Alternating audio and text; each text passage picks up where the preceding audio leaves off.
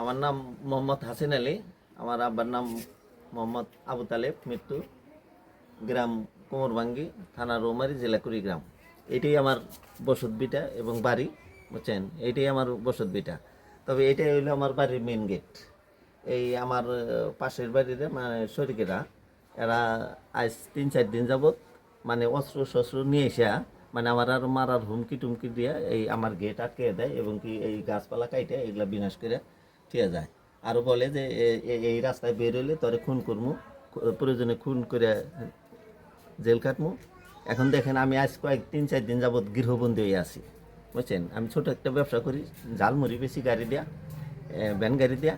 এখন বেরও বাড়ি পারতেছি না, গাড়িও বের করা পারি না, ব্যবসাও করা হয় না। এই ব্যবসার উপর আমার নির্ভর, মাল বাচ্চা নিয়ে আল্লাহ চালায় আর কি।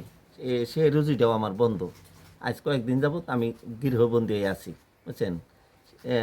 এখন আমি সরকারের কাছে বা থানা প্রশাসনের কাছে এই আমার একটা সুবিচারের আবেদন করি, বা আমি সঠিক বিচারটা চাই, বা আমার যেন রাস্তা খোলার সময় আমি যেন আগের মতো চলতে পারি।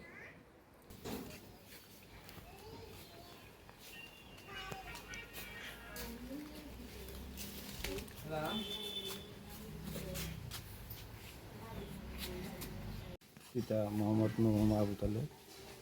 আমি কোমরগঞ্জে নিবাসী বাড়ি। আমি কুড়িগ্রাম ডিস্ট্রিক্টের নাগরিক, রুমারী থানা উপজেলা। আমার ছোটো ভাইটা এখানে বাড়ি করে আছে দীর্ঘদিন ধরে। এগুলো আমার প্রত্যেক সঙ্গে বাপদাদার সঙ্গে ভাগি শরীর নিয়ে চলতে আছে। কিন্তু এই রাস্তাটা অনেক আগে বাইর করা হয়েছে, 20-22 বছর আগে রাস্তাটা ভাগি শরীরেই মিলে বাইর করে দিছে। কিন্তু এই রাস্তাটা অবরুদ্ধ করে আমার ছোটো ভাইকে অবরুদ্ধ করে রাখছে। না এখন আপনারা আছেন সরকারি লোক, দেন চিন্তা ভাবনা করে যে একজন মানুষকে অবরুদ্ধ করে রাখা যায় কিনা, না তারা খোলাসা করে দেওয়া যায় কিনা। আমার আবেদন এটা আমার ছোটো ভাইটা যেন চলাফেরা খাইতে পারে।